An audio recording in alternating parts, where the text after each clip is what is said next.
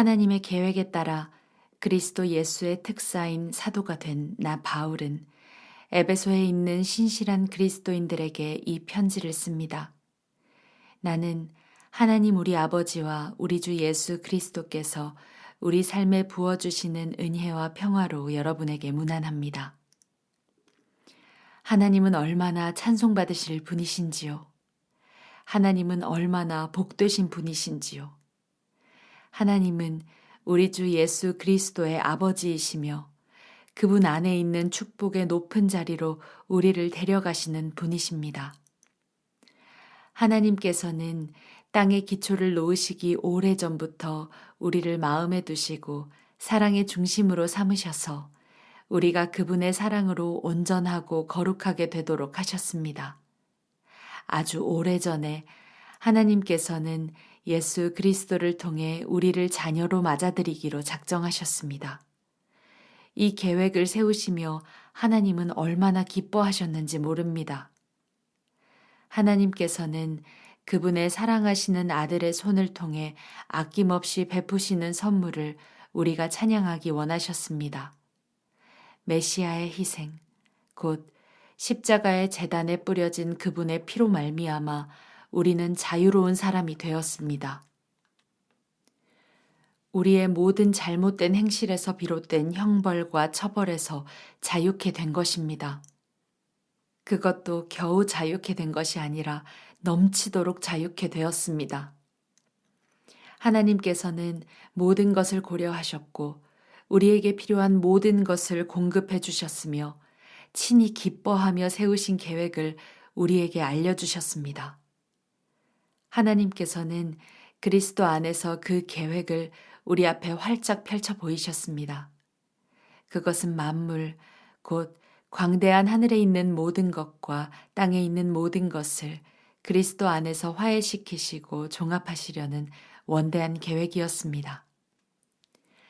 그리스도 안에서 우리는 자신이 누구이며 무엇을 위해 사는지를 알게 되었습니다. 우리가 그리스도에 대해 처음 듣고 소망을 품기 훨씬 전에 하나님께서는 우리를 눈여겨보시고 우리로 하여금 영광스러운 삶을 살도록 계획하셨습니다. 그것은 하나님께서 만물과 모든 사람 안에서 성취하고 계신 전체 목적의 일부였습니다. 그리스도 안에서 여러분은 진리, 여러분의 구원에 관한 이 메시지를 듣고 믿어 구원을 확신하게 되었습니다. 그것은 성령께서 서명하고 보증하여 전해주신 구원입니다. 하나님께 날인받은 이 인증은 앞으로 계속될 전집의 첫 권처럼 하나님께서 우리를 위해 계획해 놓으신 모든 것, 곧 하나님을 찬양하며 사는 영광스러운 삶을 우리가 누리게 될 것임을 일깨워 줍니다. 그런 까닭에 나는 여러분이 주 예수를 굳건히 신뢰하고 있으며 예수를 따르는 모든 이들에게 사랑을 쏟고 있다는 소식을 듣고서 여러분을 두고 하나님께 감사드리지 않을 수 없습니다. 나는 기도할 때마다 여러분을 떠올리며 감사를 드립니다. 그러나 감사에서 멈추지 않고 간구합니다. 우리 주 예수 그리스도의 하나님, 영광의 하나님께서 여러분에게 이해력과 분별력을 주셔서 하나님을 친히 알게 하시고 여러분의 눈을 맑고 또렷하게 해주시기를 구합니다. 그리하여 하나님께서 무엇을 하라고 부르시는지 여러분이 정확히 볼 수 있기를 바랍니다. 또한 하나님께서 그분을 따르는 이들을 위해 마련해 두신 이 영광스러운 삶의 방식이 얼마나 대단한 것인지, 하나님께서 그분을 믿는 우리 안에서 끊임없는 에너지와 한없는 능력으로 행하시는 역사가 얼마나 풍성한지를 이해할 수 있기를 구합니다. 이 모든 에너지는 그리스도에게서 나옵니다. 하나님은 그분을 죽음에서 살리시고 하늘의 보좌에 앉히셔서 은하계로부터 이 땅의 통치에 이르기까지 우주의 모든 것을 다스리게 하셨습니다. 그분의 통치를 받지 않는 이름이나 권세가 하나도 없게 하셨습니다. 잠시만이 아니라 영원토록 그렇게 하셨습니다. 이 모든 일을 담당하고 계신 분, 모든 일의 최종 결정권을 가지고 계신 분은 그리스도이십니다. 이 모든 것의 중심에서 그리스도께서 교회를 다스리고 계십니다. 여러분도 알다시피 교회는 세상의 변두리가 아니라 세상의 중심입니다. 교회는 그리스도의 몸입니다. 그분은 교회 안에서 말씀하시고 활동하시며 교회를 통해 만물을 자신의 임재로 가득 채우십니다. 얼마 전까지만 해도 여러분은 죄로 인해 낡고 정체된 삶에 빠져 있었습니다. 그때 여러분은 참된 삶에 대해서는 아무것도 모르고 이 세상이 가르쳐 주는 대로 살았습니다. 여러분은 더러운 불신을 폐에 가득 채우고서 불순종의 기운을 내뿜었습니다. 우리는 너나 없이 자기가 하고 싶은 것을 마음대로 하며 그렇게 살았습니다. 우리 모두가 같은 배를 타고 있었던 것입니다. 하나님께서 평정심을 잃고 우리 모두를 쓸어버리지 않으신 것은 정말로 놀라운 일입니다. 오히려 하나님은 한없는 자비와 믿을 수 없을 만큼 엄청난 사랑으로 우리를 품어주셨습니다. 하나님은 죄로 죽은 우리 생명을 떠맡으시고 그리스도 안에서 우리를 살리셨습니다. 하나님은 그 모든 일을 우리의 도움 없이 혼자서 이루셨습니다. 그런 다음 우리를 들어 올리셔서 가장 높은 하늘에 메시아 예수와 함께 앉게 하셨습니다. 지금도 하나님께서는 우리를 그분이 원하시는 곳에 두시고 이 세상에서나 저 세상에서나 그리스도 예수 안에서 은혜와 사랑을 우리에게 쉼없이 쏟아부어 주십니다.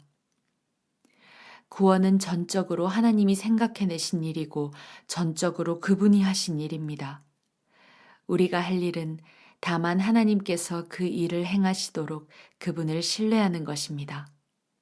구원은 처음부터 끝까지 하나님의 선물입니다. 주인공 역할은 우리 몫이 아닙니다.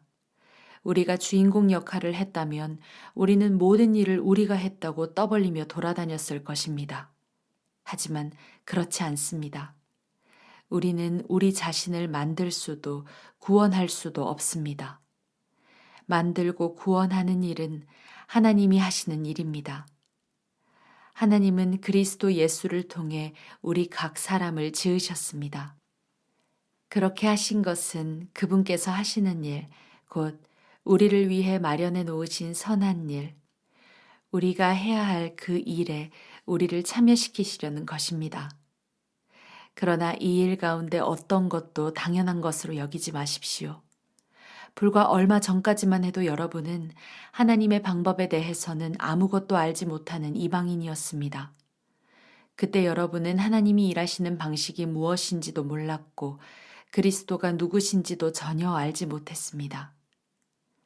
여러분은 하나님이 이스라엘 안에 펼치신 풍성한 언약과 약속의 역사에 대해서도 전혀 알지 못했고 그분께서 이 세상에서 무슨 일을 하고 계신지에 대해서도 무지했습니다.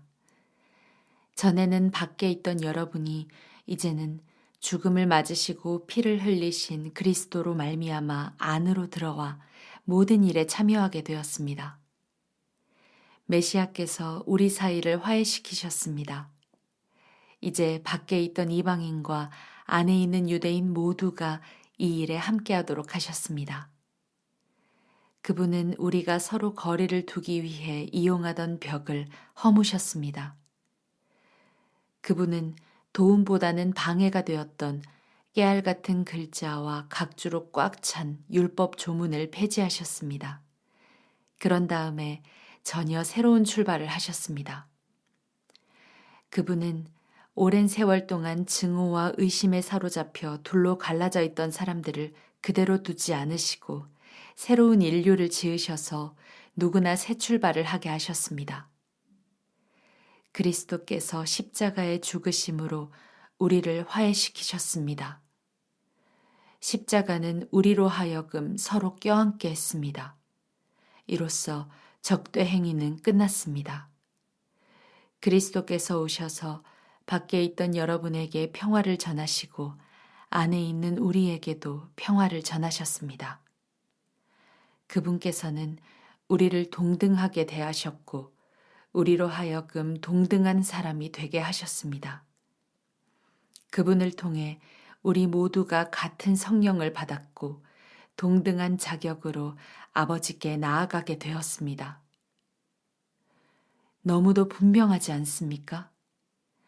여러분은 더 이상 떠돌이 유랑민이 아닙니다. 이 믿음의 나라가 이제 여러분의 본향입니다. 여러분은 더 이상 나그네나 이방인이 아닙니다. 여러분은 이 믿음의 나라에 속한 사람입니다. 여러분은 여느 사람 못지않게 그리스도인이라는 이름에 딱 어울리는 사람입니다. 하나님은 한 집을 짓고 계십니다. 하나님은 우리가 어떻게 이 믿음의 나라에 이르게 되었는지 따지지 않으시고 우리 모두를 사용하셔서 그분이 짓고 계신 그 일에 우리를 참여시키십니다. 하나님은 사도들과 예언자들을 기초로 삼으셨습니다.